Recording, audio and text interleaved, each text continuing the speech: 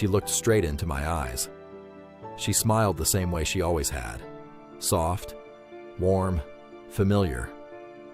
Then she asked, "Have you seen my son today?" For a moment, I thought she was joking. I even smiled back. But then I realized she wasn't. She wasn't looking through me.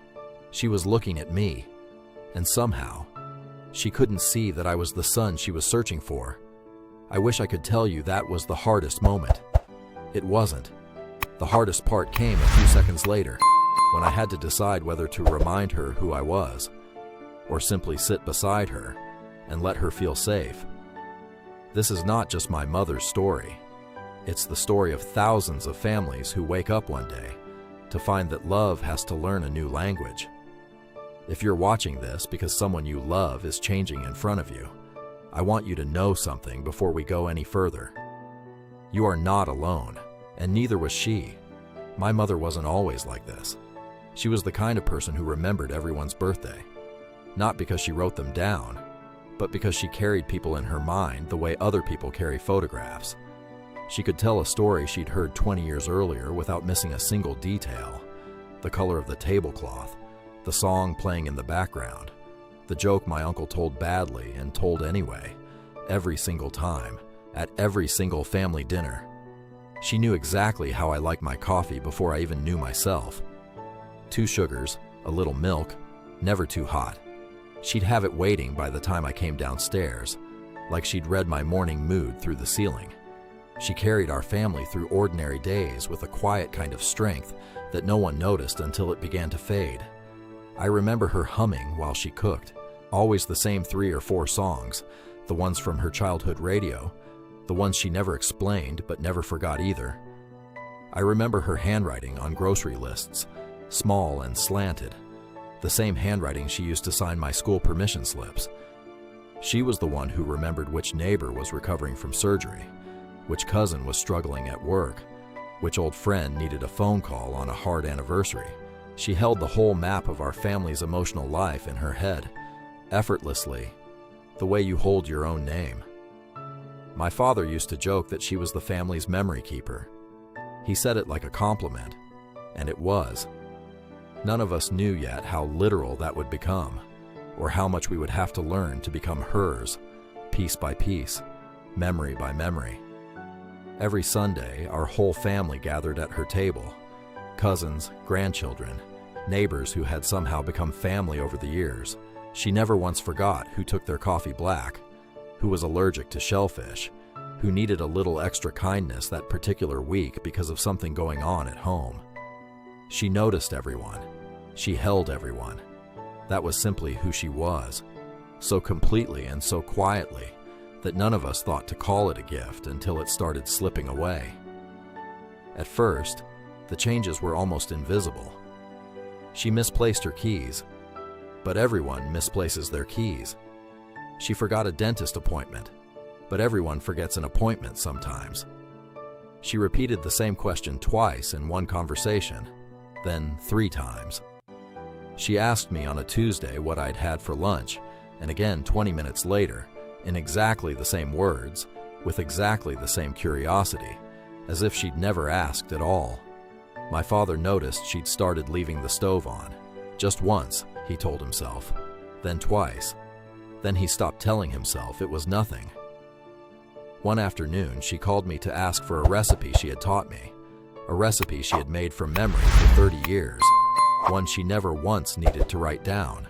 Her voice on the phone sounded almost embarrassed, like she was asking me to cover for something she couldn't explain.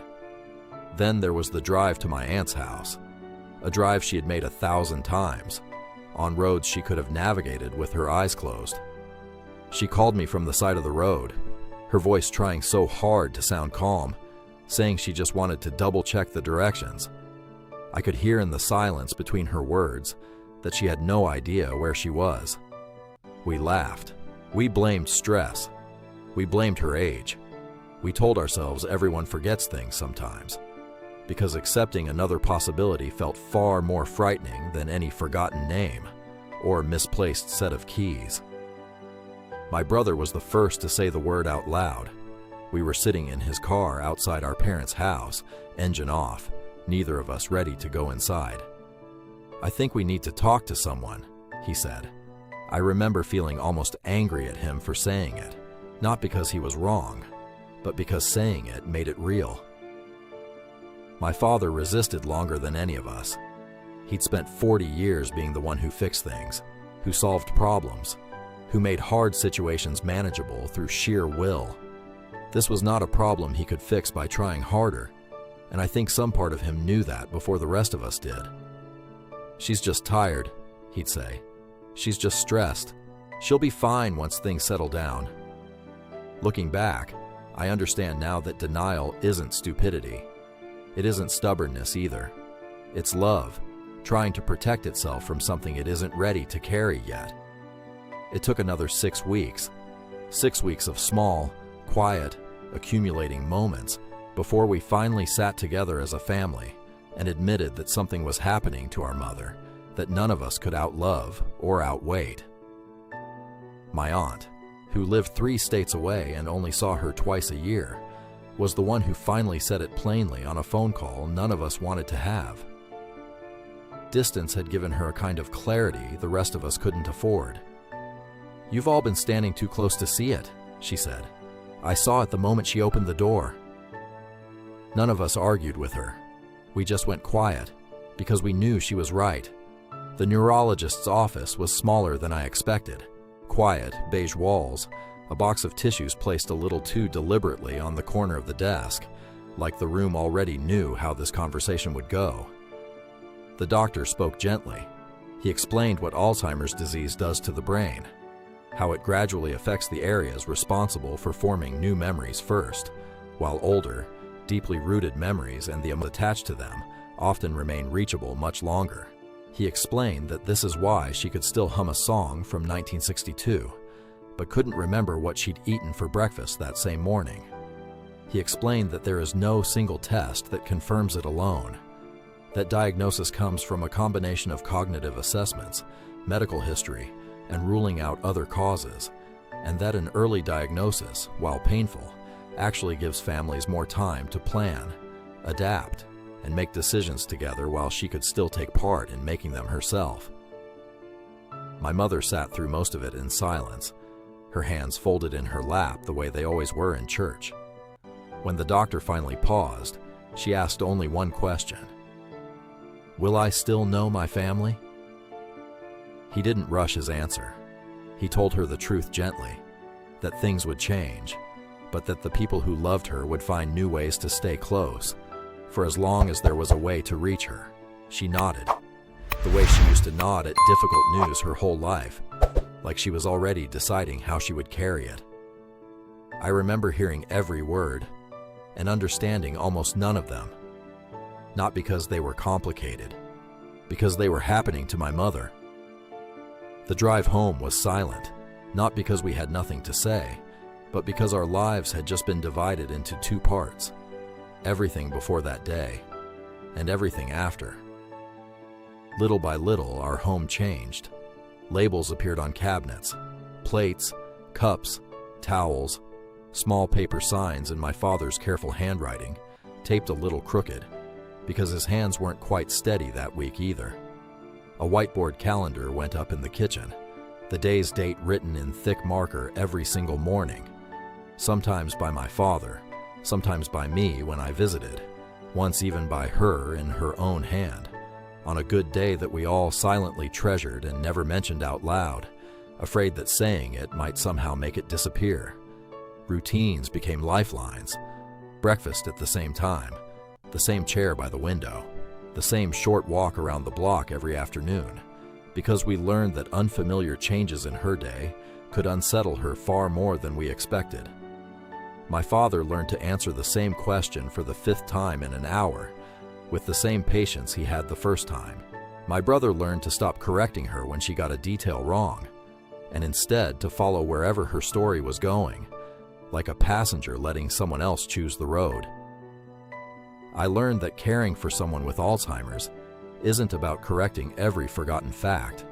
Sometimes it's about protecting their sense of peace, even if that means gently stepping into whatever moment she believes she's living in.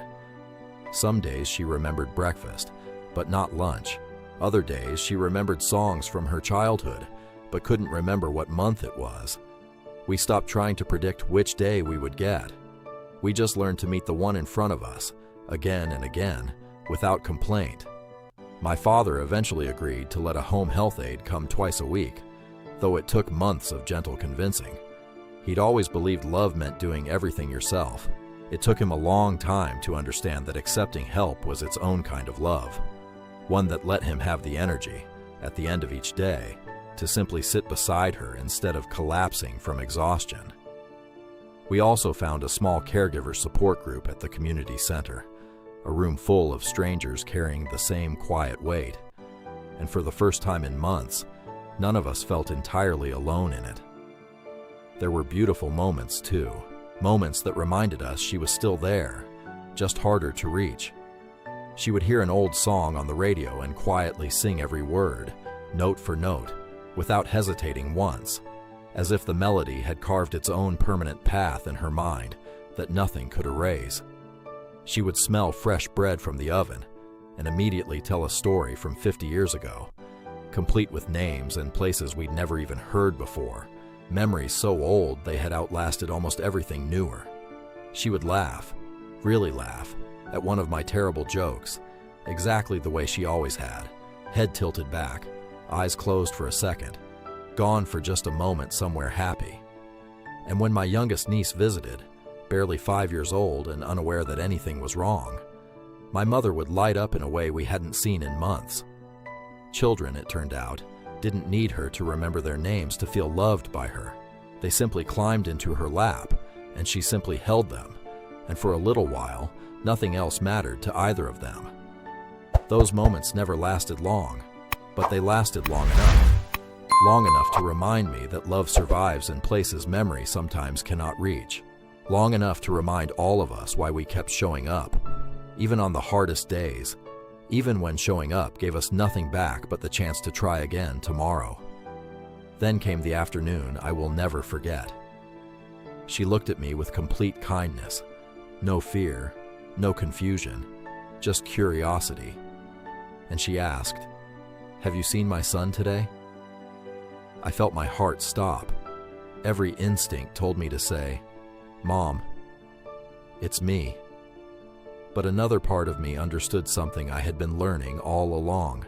She didn't need perfect information in that moment. She needed comfort. So I smiled. I took her hand, and I said, "I think he loves you very much." She smiled, closed her eyes for a moment, and whispered, "I know he does." I don't know whether she knew I was sitting there. Maybe she did. Maybe she didn't. But somehow, that answer was enough. It taught me that some moments don't ask us to be recognized. They only ask us to be kind. I sat there a long time after that, longer than I needed to, just holding her hand while she dozed in the afternoon light. I thought about all the years she had held mine, through skinned knees, broken hearts, exams I was sure I'd failed, decisions I was sure I'd made wrong. She had never once needed to be thanked for any of it. Somewhere in that quiet room, I finally understood that I didn't need to be remembered to keep loving her the exact same way. One afternoon, months later, we were sitting together on the porch. Neither of us said very much. The wind moved gently through the trees. She reached over, held my hand, looked toward the sunset, and quietly said, "This feels like home." Those were some of the last words we truly shared, not because she remembered my name, but because she remembered what love felt like, a feeling that seemed to live somewhere deeper than memory itself, somewhere the illness never quite reached. Alzheimer's slowly changed many of the memories my mother carried, but it never erased the kindness she taught me. It never erased the patience she lived. It never erased the love that shaped our family long before memory began to fade. I've come to believe that memories aren't only the stories we can still tell. Sometimes, they're the way we hold someone's hand, the way we choose compassion over correction, the way we keep loving someone, even when they can no longer remember why. And maybe that's the kind of memory that never disappears. If this story felt familiar to you, if somewhere in it you recognized your own mother, father, or someone you love, you are not alone in this. There are millions of us learning the same quiet lessons, one day at a time. If you'd like, tell me in the comments about someone you're keeping the memory of, or someone you're still caring for today. I read everyone, and I think there's a quiet kind of comfort in knowing someone else out there understands exactly what you're carrying. I'll be back soon with another story worth remembering.